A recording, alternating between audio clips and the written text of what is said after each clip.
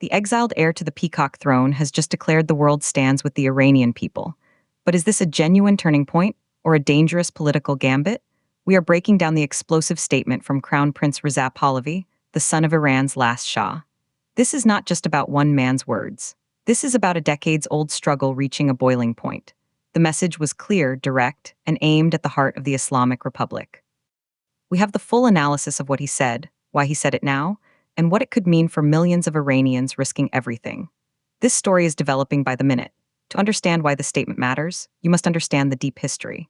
Reza Pahlavi is the eldest son of the late Shah Mohammad Reza Pahlavi, who ruled Iran for 37 years.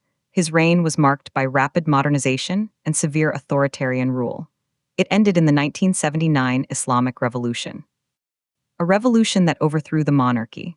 The Shah fled and Ayatollah Khomeini returned from exile, establishing the world's first modern theocratic state, the Islamic Republic. Reza Pahlavi was just 18 years old. He has lived in exile ever since, primarily in the United States. For over 4 decades, he has been a consistent, though often marginal, voice of opposition, advocating for a secular, democratic Iran. He holds no official political title recognized inside Iran.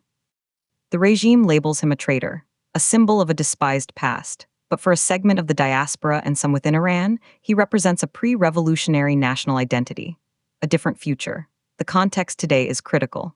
Iran has been rocked by waves of protest. The Green Movement in 2009, nationwide economic protests in 2017 and 2019, and the ongoing, historic woman, life, freedom uprising sparked by the death of Mahsa Amini in September 2022. This movement has been uniquely resilient, challenging the very core of the regime's ideology. It has also seen a notable shift.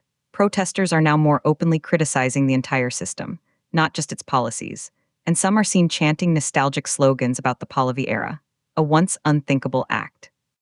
This is the powder keg into which the Crown Prince has dropped his latest statement. Here is the core of the story. Based on his official social media channels and statements to international media, Reza Pahlavi declared, and I quote, "The world today stands with your national revolution and admires your bravery." He was addressing the Iranian people directly. This statement is a significant escalation in his rhetoric. It frames the ongoing unrest not as protests, but as a national revolution, a deliberate choice of words. It asserts international solidarity, a message meant to counter the regime's narrative that protesters are foreign agents. He positioned himself not as a leader giving orders, but as a voice amplifying their struggle. The timing is crucial. This comes as the regime is preparing for a tightly controlled presidential election in June. An election following the death of President Ebrahim Raisi in a helicopter crash. The political establishment is in a fragile state. Internal power struggles are intense. Pahlavi's statement is an attempt to undermine that process entirely, to tell the people the world is watching, and on their side. Let's look at key data. The woman, life, freedom movement has seen staggering brutality. According to Iran Human Rights, a Norway-based group, over 500 protesters were killed by security forces in the first few months. That includes at least 70 children. Thousands were arrested. At least 7 protesters have been executed after sham trials. The regime's crackdown has been systematic and brutal. Yet, dissent persists. Acts of civil disobedience continue, from women refusing the mandatory hijab to strikes in key markets. Pahlavi's statement seeks to tap into this persistent energy. Expert analysis suggests this is part of a broader strategy. Dr. Sanam Vakil of Chatham House notes that Pahlavi, along with other exiled opposition figures, has been trying to form a more cohesive coalition, a unity council to present a democratic alternative. His statement is likely aimed at bolstering his relevance within that fragile coalition and speaking directly to the young generation inside Iran. A generation that never lived under his father's rule, but is desperate for change.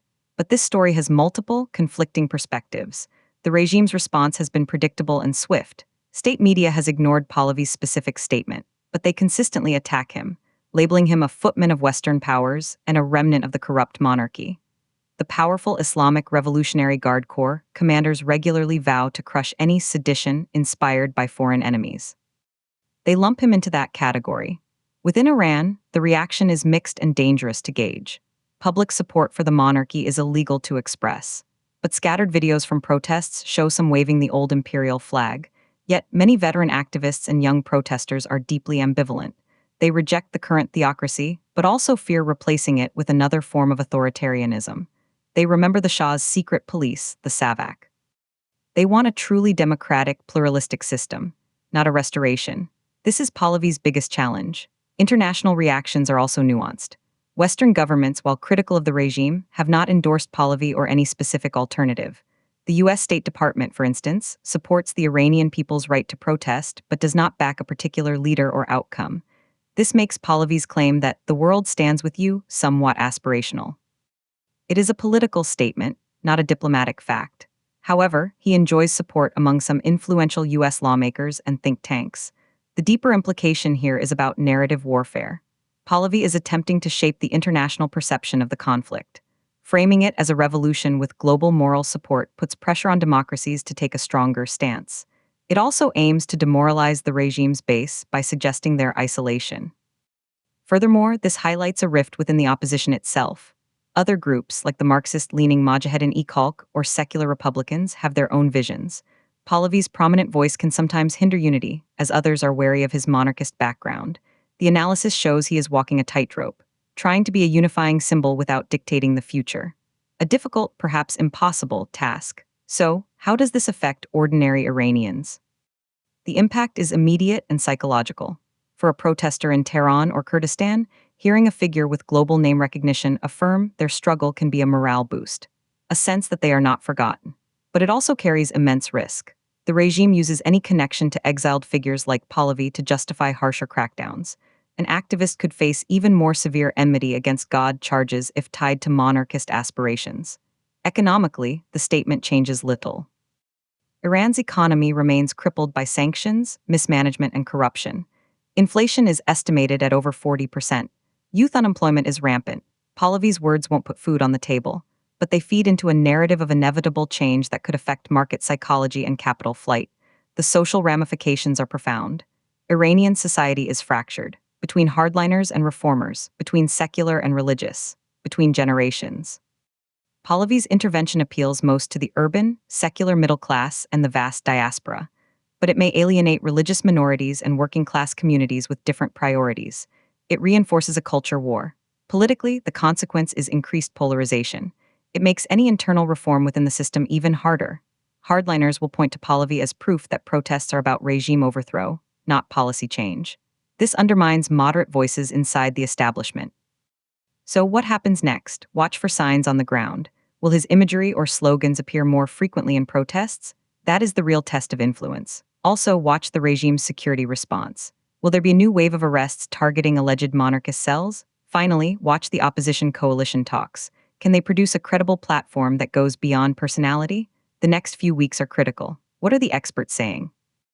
Dr. Ali Viz of the International Crisis Group offers a cautious take. He states, Pahlavi's role is largely symbolic.